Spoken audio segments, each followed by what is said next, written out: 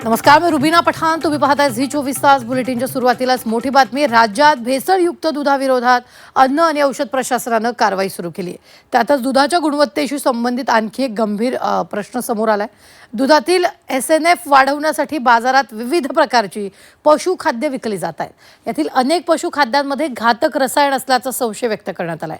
त्यामुळे केवळ भेसळयुक्त दुधावर कारवाई करून चालणार नाही, तर पशुखाद्याच्या गुणवत्तेवरही प्रभावी नियंत्रण असणं आवश्यक असल्याचं आता समोर येत आहे. पाहूया. हे मायकोटॉक्सिन कमी करायचे असेल तर आपल्याला चारा हा स्वच्छ दिला पाहिजे. जर शेतकरी मुरघास घालत असेल तर चांगल्या उत्कृष्ट पद्धतीने मुरघास केलेला पाहिजे. असे काही त्याच्यामध्ये हे घालतात, केमिकल्स घालतात म्हणजे जनावरांच्या रक्तातून दुधामध्ये दुधातून मानवी पोटामध्ये जातात. येणारं जे पशुखाद्य आहे त्यात जर काय वेगळं आलं तर आता त्याला आम्ही काय करणार असा विषय ना तो. त्यामुळे काय अडचण आली तर आम्हाला काय करू शकत नाही मी त्याला. राज्यात भेसळयुक्त दुधावर अन्न आणि औषध प्रशासनाकडून सातत्यानं कारवाई केली जाते. दूध पावडर, रसायन आणि इतर पदार्थांचा वापर करून दुधातील SNF कृत्रिमरित्या वाढवण्याचे प्रकार यापूर्वीही उघडकीला आले. मात्र आता आणखी एक धोक्याची बाब चर्चेत आली. काही तपासण्यांमध्ये जनावरांच्या पशुखाद्यांमध्येच घातक औद्योगिक रसायनं आढळल्याची प्रकरणं समोर आली. त्यामुळे मेलामाइन सारखे रसायनांचा अंश दुधात येण्याचा धोका निर्माण झाला.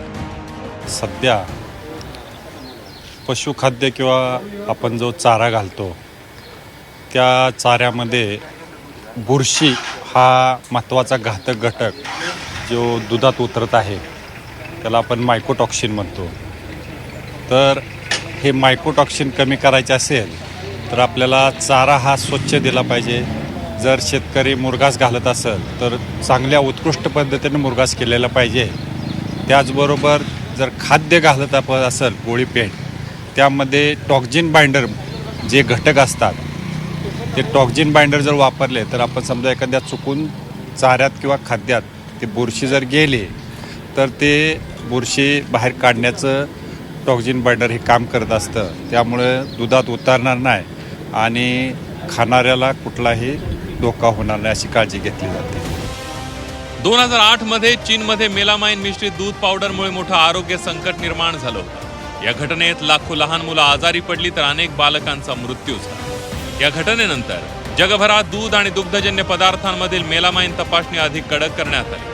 मात्र प्रश्न असा आहे की जर पशुखाद्यातूनच अशा घातक रसायनांचा प्रवेश होत असेल तर त्या पशुखाद्याची नियमित तपासणी कोण करत आहे? पशुखाद्याच्या उत्पादनापासून विक्रीपर्यंत प्रभावी नियंत्रण यंत्रणा किती सक्षम आहे या प्रश्नांची स्पष्ट उत्तरं अद्याप मिळालेली नाहीये.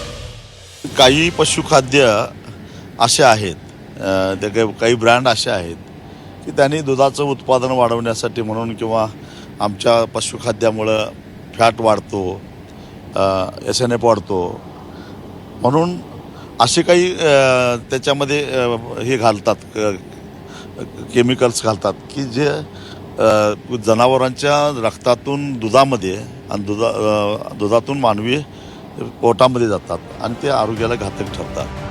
तज्ज्ञांच्या मते राज्यातील प्रत्येक पशुखाद्य उत्पादकासाठी नियमित नमुना तपासणी, प्रयोगशाळा चाचण्या, दोषी उत्पादकांवर कठोर कारवाई आणि शेतकऱ्यांमध्ये जनजागृती या गोष्टी अत्यंत आवश्यक आहेत.